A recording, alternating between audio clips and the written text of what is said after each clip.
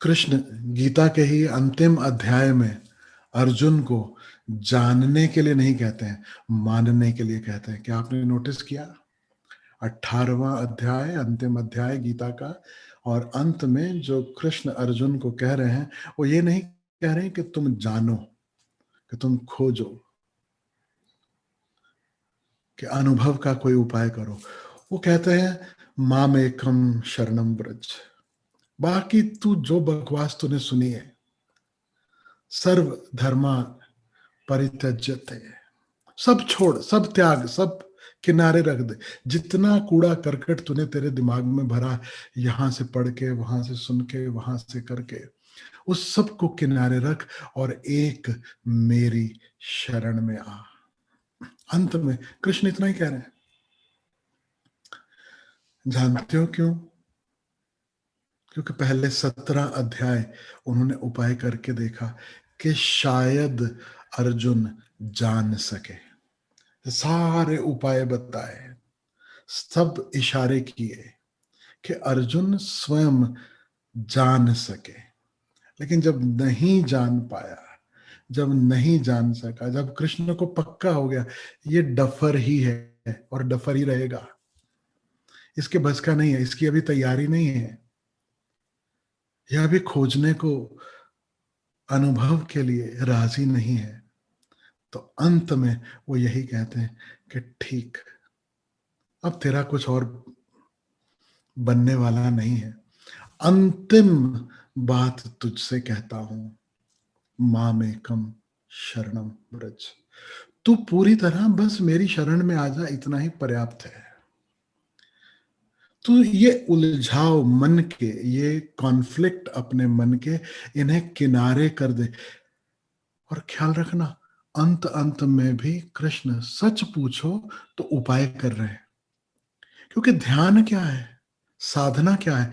इतनी ही तो साधना है, इतना ही तो उपाय है कि ये उलझाव किनारे हटे, ये उलझाव किनारे हटे तो सत्य प्रकट हो।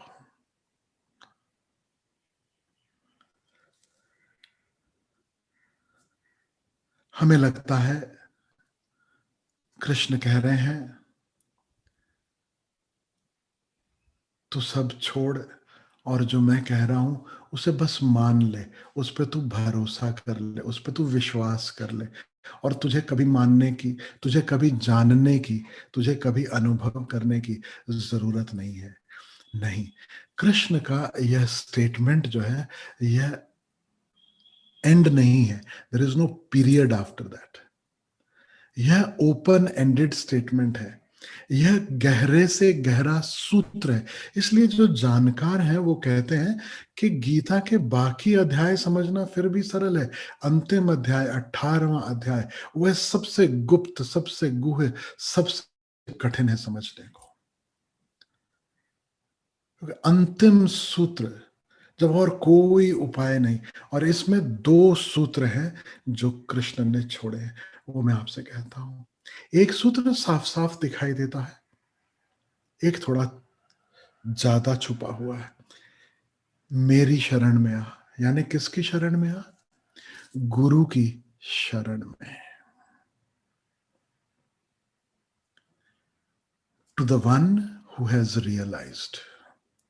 अब उसे कहो बुद्धम शरणम गच्छामि, या कहो प्रभु शरण, या उसे कहो शरणागति की अवस्था। तुम शरण में जाओ, take refuge. It is not for you alone.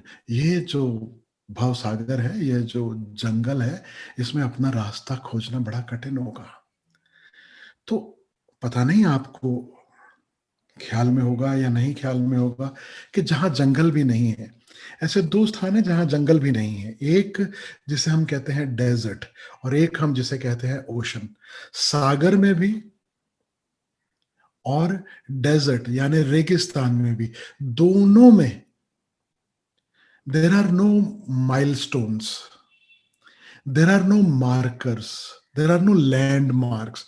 कोई पेड़ खास तरह का झाड़ियों का झुरमुट, खास तरह के फल या फूल खिले हों, ऐसा कोई लैंडमार्क नहीं है। वहाँ बिल्कुल संभव नहीं है यह जान पाना कि आप सही दिशा में जा रहे हो या गलत दिशा में जा रहे हो। आप वास्तव में किसी दिशा में जा रहे हो या एक ही जगह पर चक्कर काट रहे हो। कोई उपाय नहीं है जानने का, और वह भी खासकर रात के समय। दिन में तो थोड़ा बहुत फिर सूझ जाए, रात को तब जानते हो कि जो मुसाफिर हैं वो भले रेगिस्तान में चल रहे हो, भले समंदर में, उनका सहारा क्या है? How do they know they are moving in the right direction? मत कहना कंपास, क्योंकि कंपास भी बड़ी नई खोज है, बहुत पुरानी नहीं है। कुछ 100 साल पहले एक ऐसा समय था जब कंपास भी नहीं थी,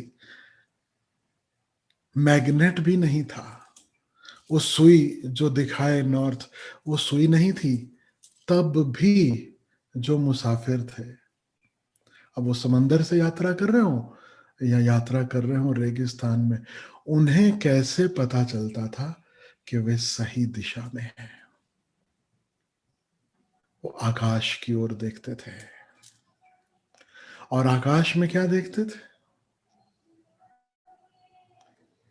अनेक सितारे हैं, अनेक सितारे हैं, अनेक कॉन्स्टलेशंस हैं, न जाने कितनी तरह के दर्शन है। एक सितारा जिसे हम कहते हैं ध्रुव तारा, जिसे हम कहते हैं north star, that was the guide. क्योंकि वो हिलता नहीं, वो अपने स्थान पर टिका है।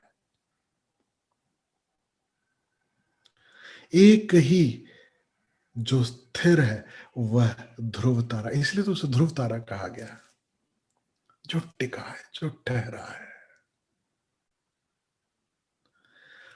और मैं आपसे कहूं, अंतर यात्रा में इस भव सागर से मुक्ति की यात्रा में हमारा ध्रुव तारा सदा गुरु है। सब छूट जाए, सब भूल जाए, कुछ याद ना रहे, look at the north star, ध्रुव तारे की ओर देखो, वापस रास्ता मिल जाएगा सदा। कितना ही क्यों ना भटक गए हो, कितना ही क्यों ना उलझ गए हो, सदा फिर से मार्ग मिल जाता है। तो कृष्ण जब कह रहे हैं सब छोड़ और मेरी शरण में आ, क्योंकि ज्ञान की जो बातें हैं वो तो आप सुनते हो ना, हरि अनंत, हरि कथा अनंत।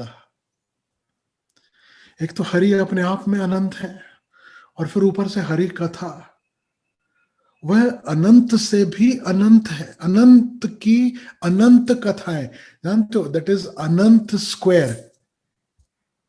अनंत की अनंत कथाएं, इनफाइनाइट स्क्वायर।